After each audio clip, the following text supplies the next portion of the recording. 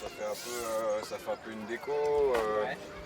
Puis la plupart du temps, ils sont assez réceptifs. Donc il y en a qui se baladent et ils font le long du mur juste pour voir ce qui s'y fait. Des fois, même des gens où tu ne dirais pas ils sont intéressés par ça. Tu vois. Souvent, il y a des couples âgés ou plus ou moins tu vois, qui s'arrêtent et qui passent 10 minutes derrière toi à regarder ce que tu fais. Tu vois. Le fait d'être dans un parc, du coup, tu vois, tout le monde est là pour se détendre en quelque sorte. Ouais. Et du coup,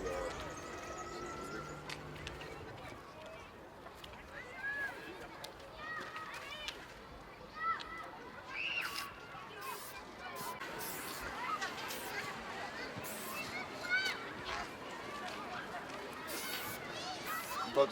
Bob. Et là, je t'avouerai que je vais pas perdre en Bobs. Parce que je suis dans une optique où on vient de créer un nouveau crew qui s'appelle CBR. Ok, qui veut dire c'est C'est un crew de carton pour nous. En gros, ça signifie carton, picrave, raquette.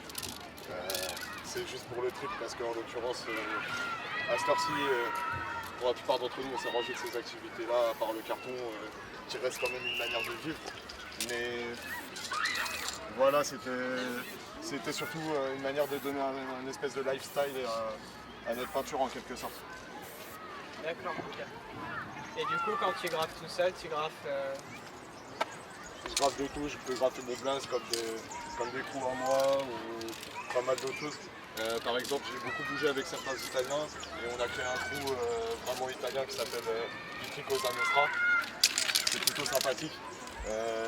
C'est un crew qui nous fait penser un peu au pays parce que dans la plupart de nos familles, malheureusement pour se débrouiller et survivre à l'époque, ils étaient obligés de faire des choses qui ne sont pas forcément toujours légales.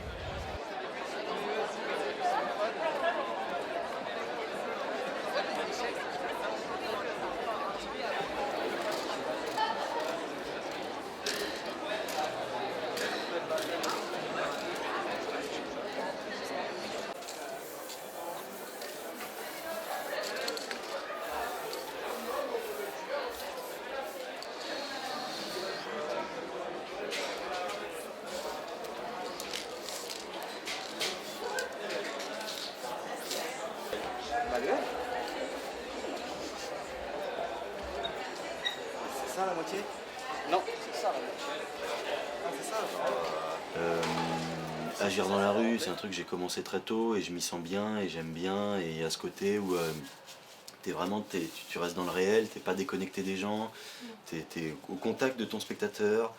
Et puis c'est assez rassurant de se rendre compte que même que ce soit les gosses ou les gens âgés, ils aiment quand il y a de la couleur dans la rue ou dans la ville, tu vois, ça les interpelle.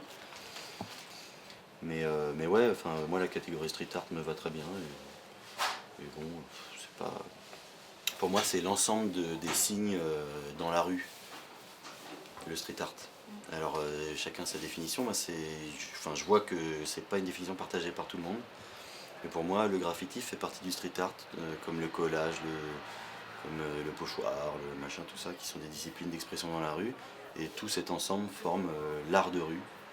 Pour pas faire un anglicisme pourri, voilà, l'art de rue, enfin voilà, c'est tout type d'art qui peut être dans la rue, mais ça peut être aussi bien de la céramique qu'un flop, quoi, qu'un tag, qu'un graphe, voilà.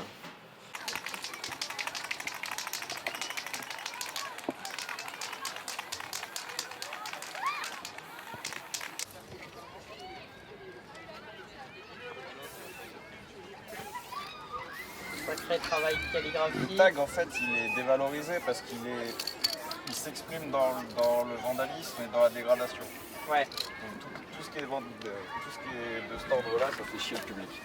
Donc forcément, ils vont pas te dire que c'est de l'art. Mais après, je pense que c'en est, ouais. À la base, oui, c'est du vandalisme. Ouais. On se donne les moyens de rentrer dans des lieux qui sont fermés au public. C'est que c'est du vandalisme.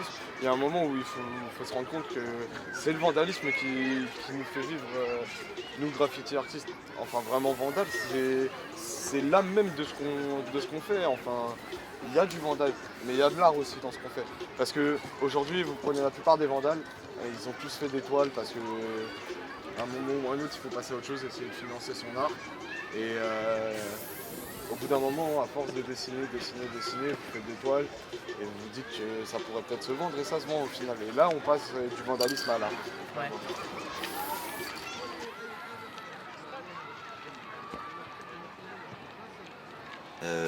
Il y a une grosse erreur qui se fait beaucoup avec le marché de l'art, c'est que l'art c'est pas fait pour être possédé, mais c'est fait pour être compris.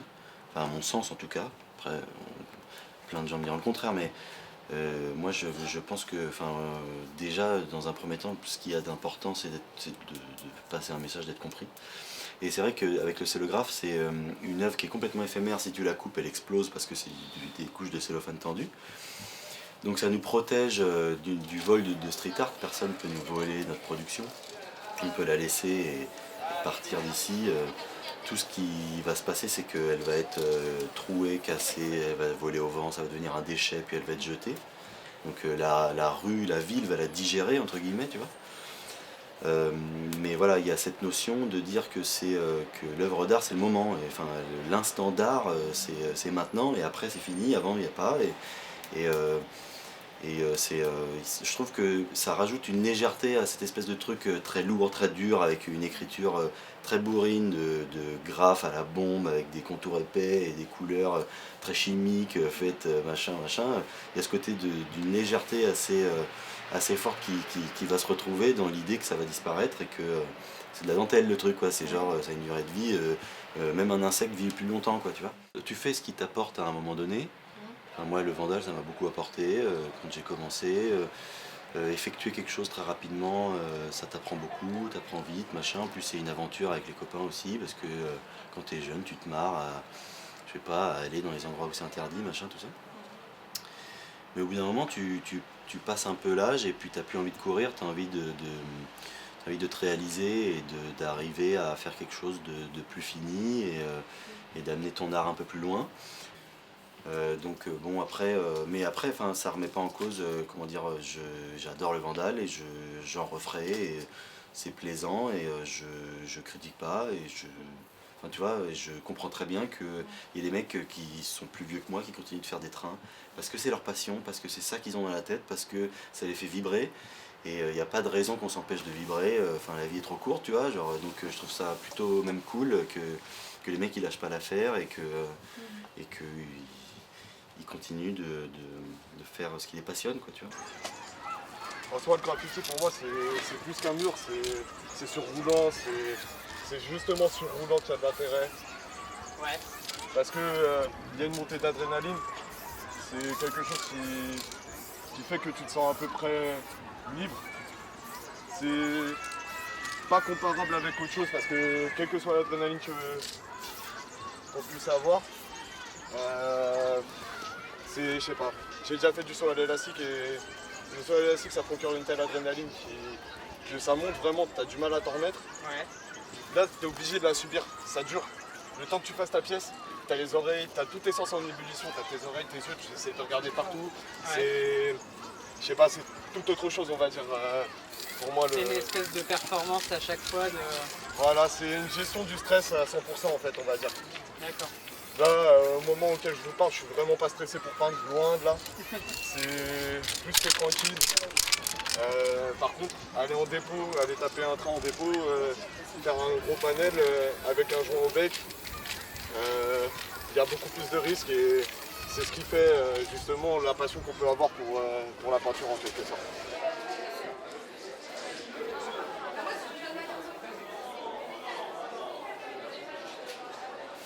Le scélographe, c'est un peu ça. L'idée, c'était comment est-ce qu'on pourrait faire des pièces qui ne sont pas autorisées, là où on peut pas le faire, mais sans avoir à courir et sans faire chier personne.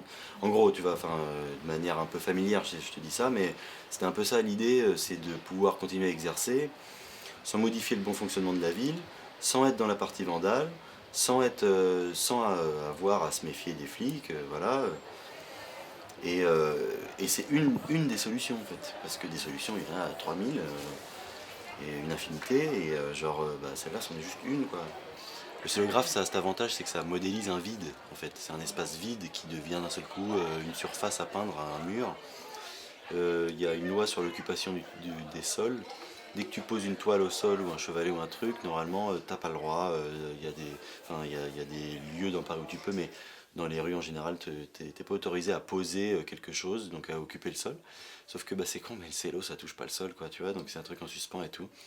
Donc on est dans un espèce de truc un peu bizarre, de vide juridique, on sait pas trop par la loi, quand on se fait jeter par...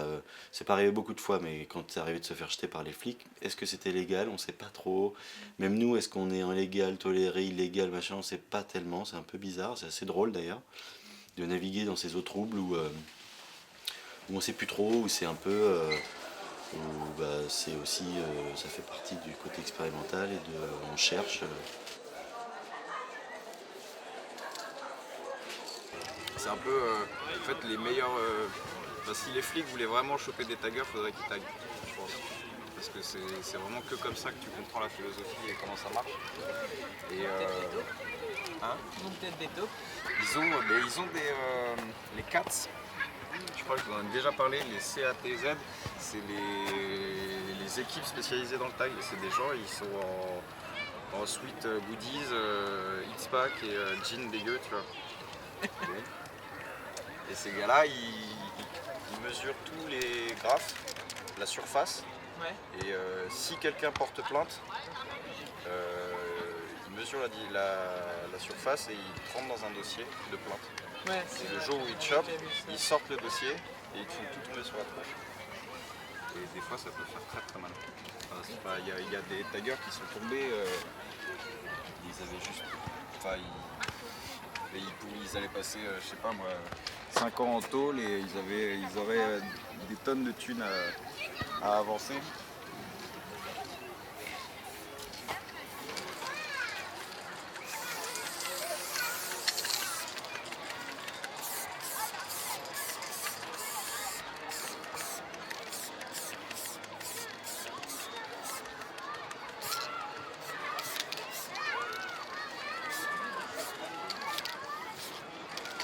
Le but c'est d'en envoyer plus dans des autres pour qu'ils voient ce que tu fais, que tu es présent, que tu gagnes en niveau, en intensité avec un lettrage qui peut être violent parfois, Ouais. pour essayer de piquer l'autre. Vraiment, enfin, il y a toute une inspiration derrière ça. C'est pas une compète vraiment, mais c'est à qui se le donnera plus, quoi. Oui. Mais après, c'est vraiment pas pareil, les codes sont pas les mêmes quand tu es en vandale ou en légal. Quand tu es sur un mur, je sais pas, je pense à Ivry, au Parc des Cormailles, sur un mur qui est toléré, tu viens, tu te poses et tu peins, et peu importe le mec qui est en dessous, c'est pas très très grave. Il n'y a pas cette idée de recouvrir et de voler la place. Par contre, quand tu es sur les voies de chemin de fer ou dans la rue, tu t'amuses pas normalement à recouvrir un mec, à part si tu es en guerre avec lui. Parce que dans la rue, un mec a pris une place, c'est sa place et t'as pas, si tu te mets sur lui, c'est un manque de respect, c'est donc une déclaration de guerre, etc. Et donc ça donne lieu à un affrontement. Et c'est plutôt normal parce que quand tu prends des risques et que tu n'as pas envie de te faire recouvrir par un mec qui s'amuse, enfin voilà. En vrai, si tu dégommes pas une grosse pièce d'un mec dans la rue, ta vie n'est pas en danger, ça va. Tu peux encore... Par contre, tu défonces un gros taf dans la rue, Ouais. il suffit que le gars il soit un peu taré et t'as vraiment des ennuis, quoi. Le gars il va te pourchasser. Moi, le gars qui m'a taillé tous mes trucs comme ça, j'ai essayé de le suivre, j'ai essayé de suivre son chemin parce qu'évidemment le gars il me barre et il signe à côté. Voilà, c'est un peu ça, ouais. Et du coup, je l'ai suivi sur le... Parce que quand t'es tagger, tu sais comment ça marche et du coup, tu sais comment le gars il a fait sa nuit et son chemin, sa route, comment il a évolué, avec quoi il a travaillé. Premier panel ou ton premier vandale, ça s'est passé comment ça? C'était le déclic? Franchement, déjà, je travaillais déjà pour une entreprise de transport à l'époque et c'était plus une envie de s'amuser vraiment et pas forcément de faire une connerie mais de s'exprimer et Ouais. je sais pas, essayer de montrer qu'on était là quoi, tous autant qu'on était quand on est allé. On s'est levé un dimanche matin pour aller faire ça exprès pour. On s'était mis tous une cartouche la veille et pourtant il n'y en avait pas un qui manquait au rendez-vous. Enfin voilà, c'est un état d'esprit, c'est un mode de vie vraiment. C'est quelque chose qui t'imprègne à partir du début, du premier panel que tu fais. Je me rappelle très bien, il faisait super froid, les bombes coulaient, c'était horrible. Mais c'était tellement bon, enfin je recommencerais, je ferais exactement la même chose. Ouais. C'est quelque chose qui, ça n'a pas de prix. C'est un super souvenir, c'est une envie pas possible de réussir en fait et de prouver aux autres que tu es là quoi. Enfin, je trouve pas ça mal qu'il y ait des règles, je trouve pas ça mal qu'il y ait des graffeurs. Pour moi, c'est inhérent à tout système, à toute société, à tout ensemble d'humains. Tous les humains, ils font ça depuis qu'il y a des hommes qui vivent ensemble, ils écrivent là où ils sont. Dans les sociétés primitives, dans les sociétés grecques et romaines, on retrouve des trucs comme ça. Dans toute l'histoire des villes, on retrouve des signes sur les murs. Je crois pas que ça existe, une ville blanche et immaculée. Et je crois que ce serait super flippant en fait. Et c'est tant mieux, ça témoigne qu'il y a des humains qui vivent là, qui font des trucs, et ils prennent possession des lieux. Et je pense pas que c'est une mauvaise chose en soi. Après, ça peut en devenir une. Effectivement, le vandale à outrance, je pense que ça peut être une nuisance, qu'il y a des gens qui peuvent être un peu malheureux je sais pas, de voir leur habitat défoncé tous les jours et tout. Ça peut se comprendre, c'est normal.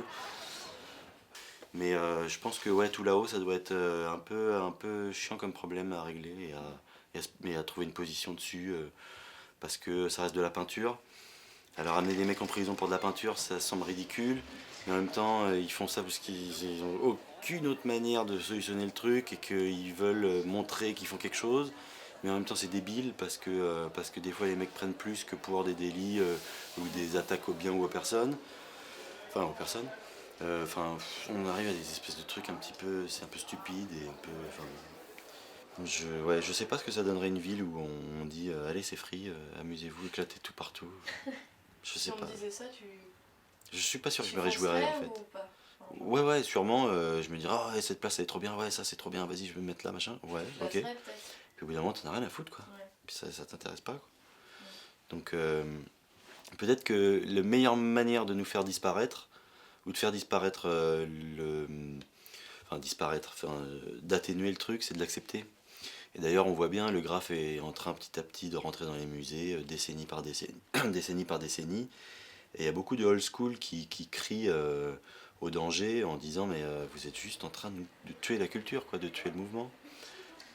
Donc ouais, tu vois, je sais pas s'il faut se bagarrer pour justement être accepté au maximum ou être justement continuer d'être des parias.